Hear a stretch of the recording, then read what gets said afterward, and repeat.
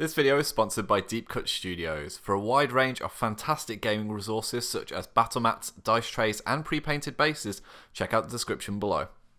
Hi guys and welcome back to TNG Productions. My name is Tom and in this video we're going to be looking at the brand new Whisperers faction for the Walking Dead All Out War. So myself and the wonderful Mr. Ian Delaney, who's just focusing, nodding off camera, are going to go through the cards and talk you through each of their special rules and how you might want to use them within the game. So let's start with special rules then, and the Whisperers are unique in the sense they come with this kind of reference card to talk you through. Now they've each got rules that are printed at the top of their information or actions on their card, and the first one is simply called Whisperer. Now all of them have this rule, and quite simply it says that as an action, a Whisperer model may choose a walker in their kill zone and move it at a shamble, which is going to be incredibly good for manipulating that battlefield or having some screens of walkers in front of you. Secondly, walkers will always support the side of the Whisperers during a mixed combat, i.e. if you've got a walker and an enemy model next to you, the walker is going to be helping you out every single time. And actually the Whisperers just add their dice to the walker outnumbering rules. Rather than adding their kind of melee and then doing the walker separately, as we often do in our battle reports, it's all piled in together, meaning you get one big hefty roll. The second rule that the Whisperers have is called One of the Herd, and this is where they get a lot of their incredible abilities. Now to start with, a Whisperer will never panic if they've got a walker within their kill zone, as they are kind of floating in between and they don't want to attract attention. And also, if a Whisperer wants to make an action that causes noise or mayhem, they actually have to roll a 50-50 dice to see if they can do it, or they have to choose another action. So they don't lose it, but they've just got to kind of look for the opportune time. Now the most useful part of this ability is if a Whisperer is targeted by a ranged action, they can actually just select a walker in their kill zone to take the hit, to kind of represent them blending in, which is absolutely incredible. And the final little addendum that goes with this as well. If you have a Whisperer as your leader, i.e. Alpha, which Ian's going to talk about in a second, you get to add blue dice worth of walkers at the start of the game to the board, and you can make sure that they are all around your Whisperers or near enough by, so by turn one, you've got these walkers that you can manipulate.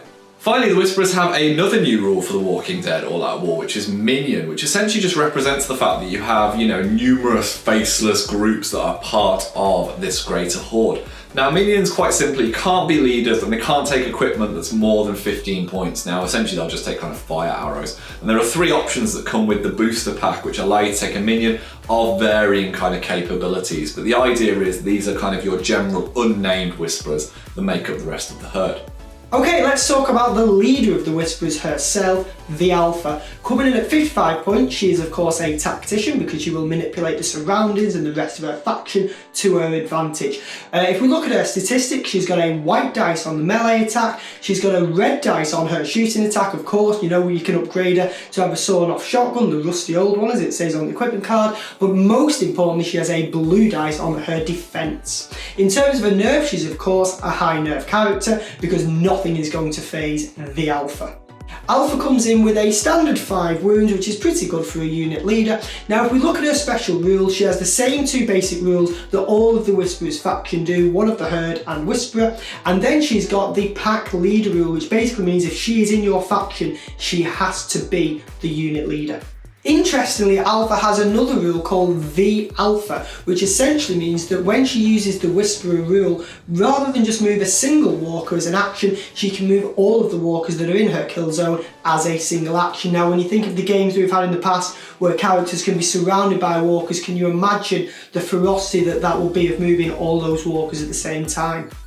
That of course dovetails nicely with her unchallenged leader ability, which is where she can treat following Whisperers minions as walkers as well for the purpose of this rule. I think all of these added together make her an incredibly powerful and incredibly manipulative character that will change the whole landscape of any scenarios that you are playing with the Whispering faction.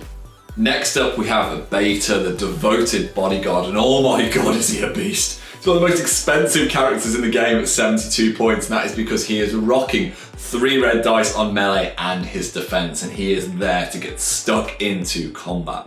Now Beta's rocking in at 8 hit points, which is going to take some beating, but actually his primary role is to be a bodyguard for Alpha, and his bodyguard rule simply states that if Alpha is within his kill zone and she is targeted by a ranged attack, Beta can choose to become the target of that attack instead, which really takes advantage of those wounds and those 3 red dice on his defense. Next up, Beta has got the Jolly Green Giant ability, which just kind of is symptomatic of this juggernaut ability that he's got. He ignores the bulky keyword, and more excitingly, if you are in his kill zone, you treat your nerve as one level lower as the opponent because of just this hulking mass of death that comes towards him. Unless maybe you're Negan and he's got his Excalibur to try and beat the living daylights out of him.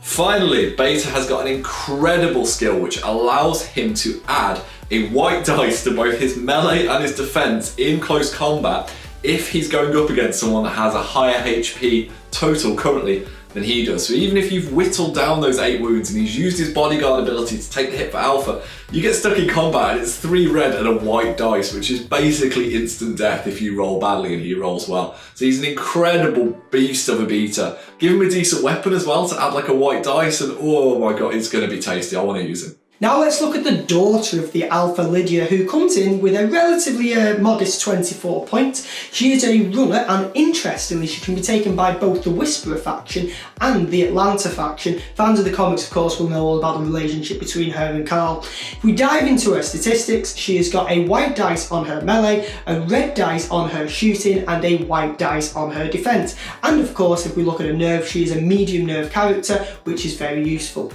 Lydia is one of the more vulnerable characters for this faction, only carrying 3 wounds. If we look at her special rules as well, she does have the Whisperer keyword, but she is lacking the One of the Herd rule, which essentially means she's not covered in gore like the rest of the Whispering faction is. The next key rule that Lydia has is the divided loyalties, which makes use of the source material from the comics. If she wants to target an attack against Carl or Alpha, or vice versa, if Carl and Alpha want to attack her, you must first roll a black dice and get a sheriff's badge. Failure to do that, you must select another target for your attack. And then finally, and probably most interestingly, which is going to get into lots and lots of lists for competitive play, I am sure, she has got the quick special rule, which means she can perform 2 move actions, but she cannot run twice. All of these keywords, all of these statistics are going to make Lydia an amazing runner for both the Atlanta and the Whisperer factions. Finally, onto the generic Whisperers then. Now you've got 3 options here. They all come at 24 points and essentially they have 2 red and a white across their stats, and you can pick which one you want, and obviously you can have any combination to go with it. Now bear in mind the early restrictions we mentioned. They can't take veteran skills, they can't be the leader obviously, and also they can only take equipment of 15 points or lower, so they're probably going to be using the kind of burning arrows that you might see them sculpted with, or some really simple things like shivs and knives. That being said, these are going to make up the bulk of your force, and because they have got the One of the Herd and the Whisperer abilities, they're going to be the ones that are moving in with the rest of those walkers, trying to manipulate sightlines. And to be honest, you could put the white dice on their defense, but if they are able to chuck a walker to get that attack, especially if it's ranged, maybe I take it on the shoot or the close combat, depending on what you equip them with. But being minions, you can take any configuration you want, and I bet some of the kind of more hardcore players will be able to find the exact perfect recipe. I'm just going to take them all in close combat because I think that'd be hilarious. All of these cards are making us itching to get a battle report going with these new characters, which is going to be amazing. As soon as we're able to, we'll get one of those games recorded and up onto the channel, and we'll see you in the next video. Hi guys, thank you very much for watching our content. It means the world to us. If you'd like to see some more videos, they should be over here. And if you'd like to support our channel, keep these lights on. You can find links to our Patreon and merchandise in the description below. See you later.